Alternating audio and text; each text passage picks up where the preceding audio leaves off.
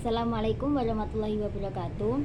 Kami dari kelompok 6 yang beranggotakan Mujab Baitulwi, saya sendiri Nilna Rizky Badiroh dan Novia Widyasari akan menjelaskan hasil diskusi kami terkait implementasi pembelajaran classical conditioning Ivan Pavlov dalam pembelajaran Al-Quran Hadis. Nah, perlu diketahui di sini yang dimaksud dengan teori classical conditioning Ivan Pavlov itu pengkondisian klasik atau persyaratan klasik ya. Yang di sini merupakan teori yang dikemukakan oleh Ivan Pavlov sendiri dalam percobaannya pada anjing. Nah, di sini Ivan Pavlov membuat percobaan itu pada anjing ya. Dalam percobaannya itu perangsang asli dan netral dipasang dengan stimulus bersyarat secara berulang kali sehingga menimbulkan reaksi yang diinginkan ya. Nah, kata klasikal atau klasik itu yang menjadi awal dari bagian teori ini seolah-olah digunakan untuk memberikan penghargaan atas karya dari Pavlov yang sudah dianggap paling dahulu dalam bidang conditioning dan menjadi pembeda dari teori conditioning lainnya relatif baru. Ya. Terus di sini belajar menurut teori pengkondisian klasik di sini merupakan dasar dari bentuk belajar yang sangat sederhana. Nah, sehingga banyak kewajiban ahli kejiwaan menganggap Pavlov sebagai alat, sebagai titik permulaan tepat untuk penyelidikan belajar. Nah, prinsip-prinsip belajar menurut teori Ivan Pavlov itu yang pertama, yaitu belajar merupakan pembentukan kebiasaan yang dilakukan dengan cara penghubungan atau mempertaruhkan antara perangsang stimulus yang kuat dengan perangsang yang lebih lemah. Yang kedua yaitu proses belajar akan terjadi jika ada interaksi antara organisme dengan lingkungan. Yang ketiga yaitu belajar merupakan suatu proses perubahan yang akan terjadi karena adanya syarat-syarat yang kemudian proses perubahan tersebut menimbulkan respon. Yang keempat yaitu belajar menjadi erat hubungannya dan menjadi penting dengan prinsip penguatan kembali atau dengan perkataan lain. Yang kelima yaitu setiap perangsang akan menimbulkan aktivitas otak US dan CS akan menimbulkan aktivitas otak. Nah, mungkin itu penjelasan dari saya terkait teori pengkondisian klasik. Selanjutnya akan dijelaskan oleh teman saya. Baiklah, di sini saya akan melanjutkan presentasi dari Mbak Nilna, yaitu tentang pembelajaran Al-Quran Hadis.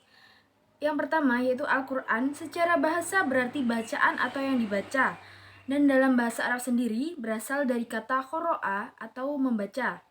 Menurut istilah, Al-Quran adalah firman Allah yang diturunkan secara berangsur-angsur atau bertahap kepada Nabi Muhammad SAW melalui perantara malaikat Jibril untuk menyampaikan kepada seluruh umatnya dan menjadikan ibadah bagi yang membacanya. Selanjutnya yaitu hadis.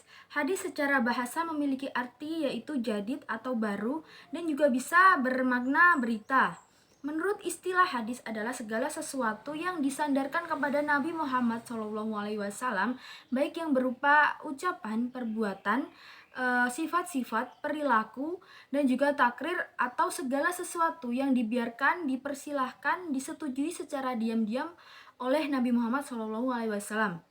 Nah, selanjutnya yaitu pembelajaran Al-Quran Hadis sendiri adalah salah satu pembelajaran pendidikan agama Islam di madrasah yang bertujuan untuk memberikan pemahaman, bimbingan, dan hasil belajar terhadap isi yang terkandung dalam Al-Quran Hadis sehingga dapat terwujud dalam sikap dan perilaku sehari-hari sebagai perwujudan iman dan takwa kepada Allah Subhanahu wa Ta'ala.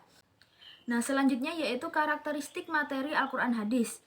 Al-Quran Hadis merupakan sumber utama ajaran agama Islam, dalam arti Al-Quran Hadis merupakan sumber akidah, akhlak, syariah atau fikih, tentang ibadah atau muamalah, sehingga kajiannya berada di setiap unsur tersebut.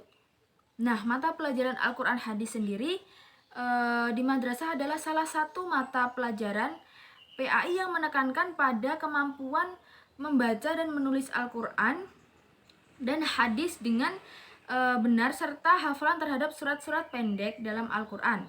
Nah, pengenalan arti atau makna secara sederhana dari surat-surat pendek tersebut dan hadis-hadis tentang akhlak terpuji ini bertujuan untuk diamalkan dalam kehidupan sehari-hari melalui keteladanan dan pembiasaan. Ya, baik, saya akan melanjutkan presentasi dari saudari Novia Widiasari itu tentang implementasi penguatan positif dalam pembelajaran Al-Quran Hadis. Nah, proses belajar mengajar yang dilakukan dengan menggunakan metode dari Ivan Petrovich Pavlov, yaitu classical conditional, yang dimana teori ini memberikan atau menampilkan respon yang terkondisi dan memberikan stimulus atau rangsangan tertentu. Dalam hal ini juga harus diperhatikan peran dan posisi pendidik dan orang tua sangatlah penting, yaitu bagaimana hanya bisa meningkatkan dan mengembangkan rasa yang sebelumnya malas untuk belajar dan tidak mau menerapkan ilmu yang sudah diajarkan oleh gurunya atau orang tuanya. Contohnya, anak biasanya diminta untuk membaca Al-Quran ataupun hadis, tapi merasa malas dan tidak terbiasa akan hal itu, sehingga anak itu merasa kurang cintanya akan belajar membaca. Maka dari itu, metode classic conditioning ini hadir dengan metode pembelajaran efektif, yaitu para pendidik hanya memberikan rangsangan terhadap anak didiknya dengan cara memberi reward atau hadiah yang akan diberikan kepada anak didiknya untuk membaca pelajaran agama. Nah, dengan menggunakan metode ini, guru harus bersabar dalam membiasakan muridnya untuk membaca pelajaran. Jika dibiasakan secara terus-menerus, anak didik akan merasa terbiasa dan senang untuk membaca. Jika anak didik sudah mulai terbiasa, itu bisa dikatakan dengan berhasil dalam membimbing peserta didik. Nah, untuk pemberian reward sendiri itu sebagai motivasi agar peserta didik itu bersemangat untuk belajar. Nah, tetapi jikalau peserta didik itu belum bisa melakukan atau melaksanakan dan memiliki kekurangan dengan melaksanakan tugasnya, itu harus diberi motivasi lebih dan jangan dimarahi. Jikalau dimarahi itu biasanya malah down mereka mental. Selanjutnya, implementasi penguatan negatif dalam pembelajaran Al-Quran Hadis.